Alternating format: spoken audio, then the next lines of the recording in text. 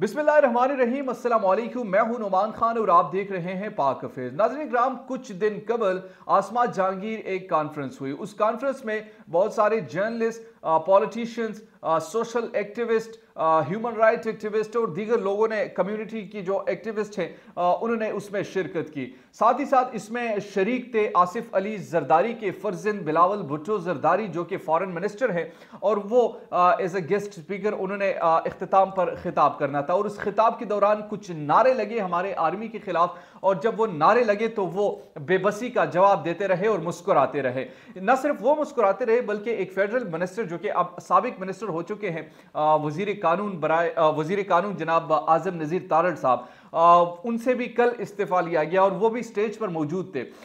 उस कल से ही माफियों का जो सिलसिला है वो भी शुरू हो चुका है। आसिफ अली जरदारी भी माफिया मांग रहा है, बिलावल भुट्टो भी माफिया मांग रहा है, और माफिया इसलिए मांग रहे हैं कि हमसे बड़ी भूल हो गई है, हमको माफ कर दो, हमने उस वक्त जज्बात में आकर हम मुस्कुरा दिए थे, हमने डफर्स कहा, हमने ये कहा, फला कहा, कि हमें बस अब माफ कर दो। यानी वो ये इनकलाबी थे जो कि वो बिलावल साहब उसी स्टेज पर खड़े होकर कहते थे कि मैंने कोई डील करके नहीं आया, अगले ही लम्हे वो माफियों पर आ जाते, फिर अपने बेबसी का भी इजहार करते हैं कि मैं कुछ नहीं कर सकता, जो लोग छोड़ने वाले हैं उनके सामने एहतजाज करो, उनके सामने नाराबाजी करो।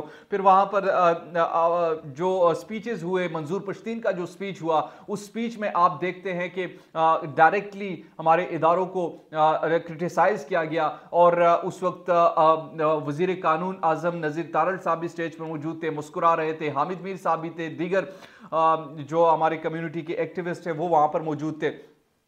तनकीद एक हद तक होनी चाहिए, लेकिन चूंकि जब आप हुकूमत में होते हैं तो आप पर बड़े प्रेशर्स होते हैं, और यही वजह थी कि आजम नज़ीर तारड़ से कल इस्तीफ़ा लिया गया। उन्होंने इस्तीफ़ा दिया नहीं, और उसकी जो सबसे बड़ी वजह बनी वो यही वजह बनी कि वो दांत निकाल रहे थे, वो मुस्कुरा रहे थे जब अफवाज पाकिस्तान के खिलाफ वहाँ पर नारे लग रहे थे, और वो उन नारों का यानी उस तरीके से रिस्पॉन्स दे रहे थे, और वो साथ ही साथ मुस्कुरा रहे थे।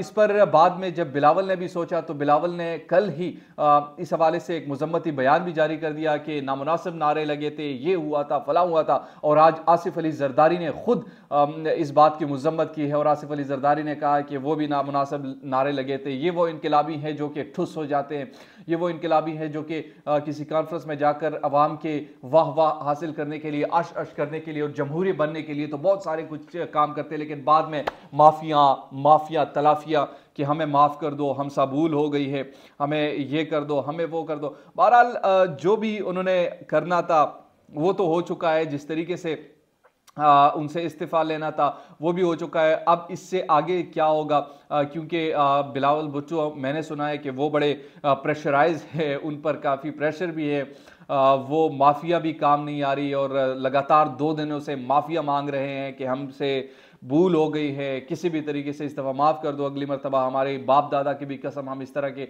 न कोई सेशन में जाएंगे, ना कोई इस तरह की कॉन्फ्रेंस में जाएंगे, बल्कि हम आपका भरपूर दिफा करेंगे। जो कोई नारा लगाएगा हम कहेंगे कि नहीं, ऐसा नहीं है, आप जो कुछ करते रहे बिल्कुल ठीक करते रहे। तो ये तमाम सिचुएशन है जो कि इस वक्त तक चल रही है। बहरहाल हुकूमत और इस्टेब्लिशमेंट के इस हवाले से ताल्लुकात जो है वो भी बड़े अहमियत के हामिल है कि क्या वो इसको सर्वाइव कर, क्योंकि शहबाज शरीफ साहब खुद बड़े परेशान थे, और नवाज शरीफ साहब और मरीम नवाज ने ख़ास तौर पर कहा कि आज़म नज़ीर तारड़ साहब को वहाँ से फारिग कर दो, और उन्हें फारिग यहाँ से कर दिया। आर्मी चीफ के खिलाफ जो नारे लगे उस पर वो हंस रहे थे, उस पर वो जो माफिया तलाफिया है वो अभी तक चल रही है, मिन्नत तरले है वो चल रही है। आगे इस पे क्या होगा वो तो हमें आने वाले दिनों में मालूम होगा। दीजिए नुमान खान को पाक अफेयर से इजाज़त। अल्लाह ने